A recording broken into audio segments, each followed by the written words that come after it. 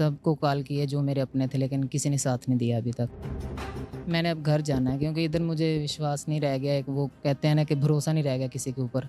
अड्डे पे तो कैमरे भी लगे हुए होते हैं, तो कोई कोशिश उन्होंने नहीं की? उन्होंने यही बात की है कि भाई अभी तक पता नहीं चला, जब चलेगा मैं हम आपको बताएंगे। बिस्मिल्लाहिर्रहमानिर्रहीम, अस्सलाम वालेकुम नाज़रीन, मैं हूं आपका मेज़बान मोहतसिम नज़ीर और आप देख रहे हैं PSPKG डिजिटल। नाज़रीन, रिकॉर्डिंग के एक सिलसिले में आए थे और यहाँ पर हमें एक भाई मिले हैं और पिछले 13 दिन से ये लारी अड्डे पे सो रहे हैं। उसकी वजह ये है कि ये जो साजो सामान और जो इनका मोबाइल था, ये रिहायशी बखर के हैं और ये जा रहे थे और इनसे वो चोरी कर लिया गया है।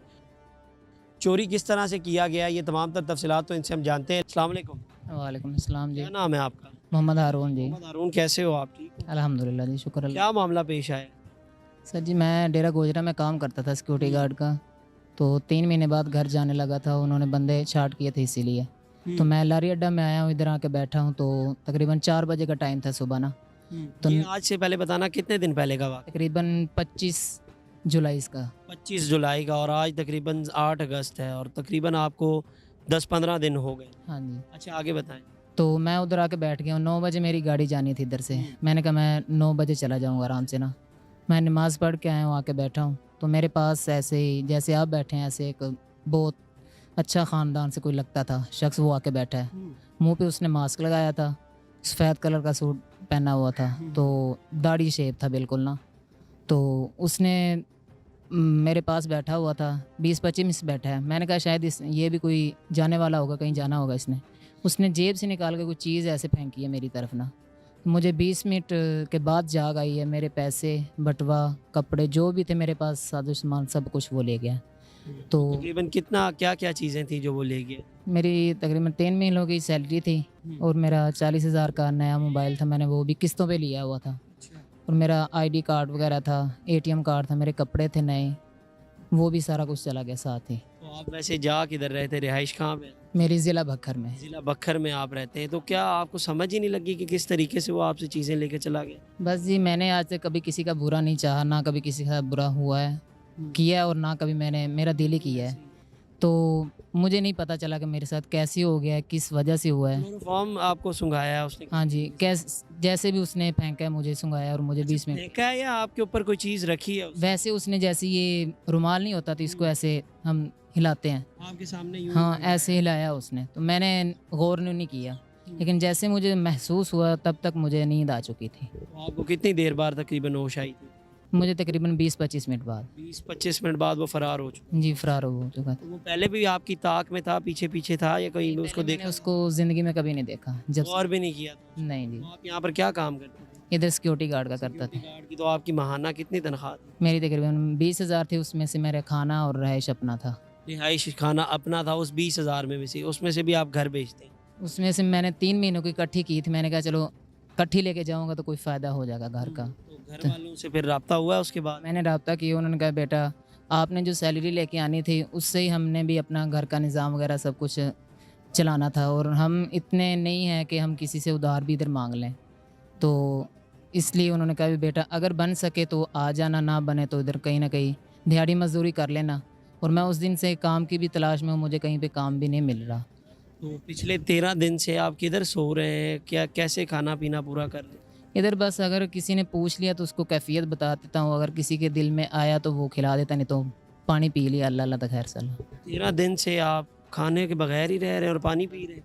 बस पानी पीना पड़ रहा है, अब क्या करूँ, मजबूरी है। सोते कहाँ पर हैं आप? लारी अड्डा में सो जाता हूँ, या भाई ये जो बोर्ड लगे होते हैं फुटपाथ में, उधर लेट जाता आप हूँ। जिधर काम करते थे उधर नहीं गए दोबारा? उधर गया था दोबारा, लेकिन उन्होंने कहा भी हम जिस इंसान को निकाल दें हम दोबारा उसको अपने पास नहीं रखते। आपको उन्होंने क्यों निकाला? नहीं थी, मेरे साथ वाला जो गार्ड है ना वो थोड़ी सी बदतमीज़ी करता था, माओ बहनों की ना गालियाँ निकालता था। तो मैंने 2-3 बार दफ्तर में शिकायत की है, उन्होंने कहा है कि जो सिक्योरिटी गार्ड हमें शिकायतें लगाता है ना हम उसको कभी नहीं रखते। उन्होंने इसी बात में मुझे निकाल दिया बस। हालांकि गलती उसकी थी लेकिन उसकी थी, निकाला मुझे है। कोई उसके बाद कोई और जॉब भी नहीं मिली, कोई नौकरी कोई? मैंने कोशिश पूरी की है लेकिन उन्होंने कहा भी अभी नहीं, कहीं भी नहीं मिल रही। तो 13 दिन से आप सड़कों पे ही हैं और खाना पीना जैसा कि आप बता रहे हैं कि कभी कोई दे दे तो खा लेता हूँ, नहीं तो पानी पी के गुजारा कर रहा हूँ। तो जब ये वाक़या सारा पेश आया तो पुलिस के पास नहीं गए? जी मैं इधर होम्यो हॉस्पिटल है, मुझे तो सही नाम का पता नहीं, उधर थाने में मैंने रिपोर्ट लिखवाई है। उन्होंने मेरे अब्बू का फ़ोन नंबर लिया और सारे मुझसे डिटेल ली है।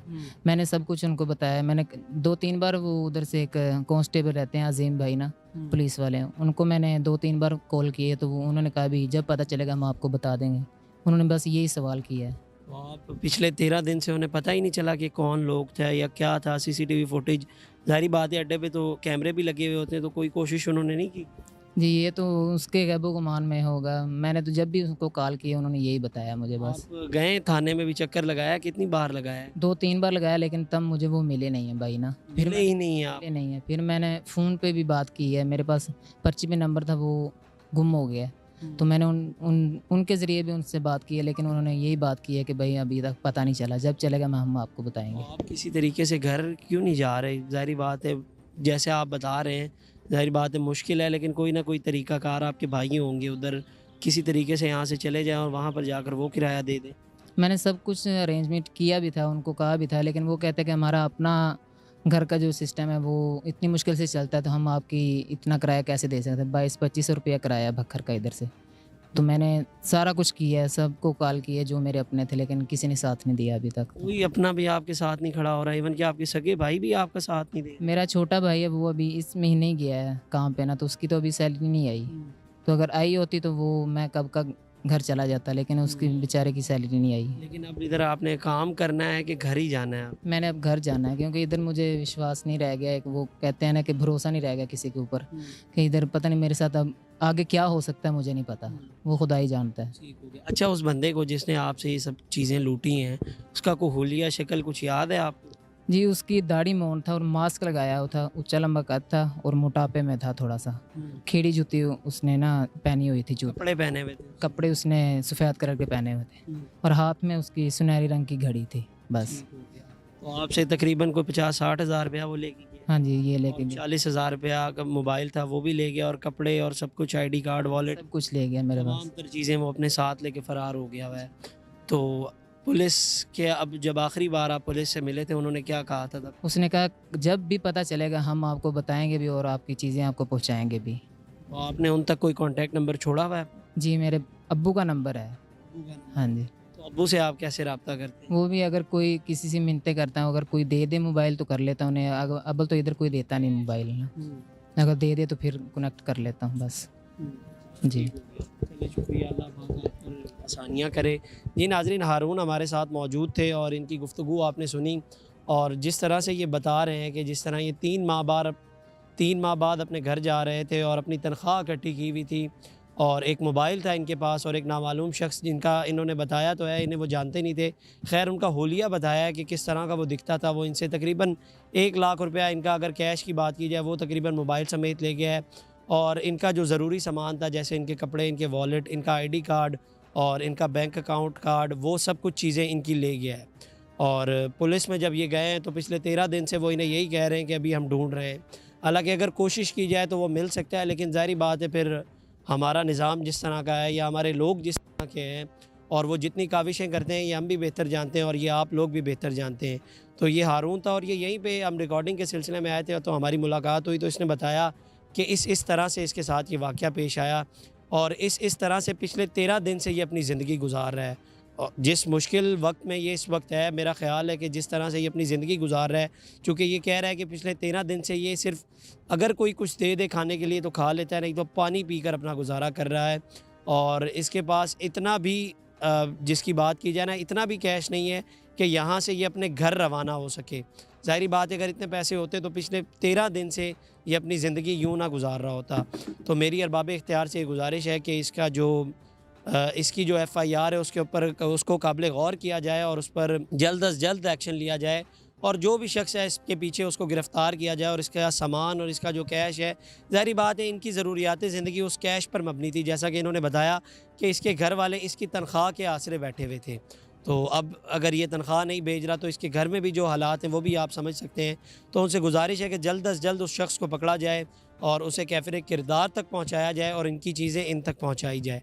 हारून हमारे साथ हैं, और अगर किसी को इनकी मदद करनी हो तो नीचे एक नंबर चल रहा होगा, उस पर इनकी मदद करें। और कोई अगर, जैसा कि ये बता रहे हैं कि अगर कोई पुलिस वाला देख रहा है तो ज़रूर इनकी मदद करें और इनके मुजरिमों को पकड़ा जाए। अब तक के लिए इतना ही। अपने मेज़बान को दीजिए इजाज़त। अल्लाह निगहबान।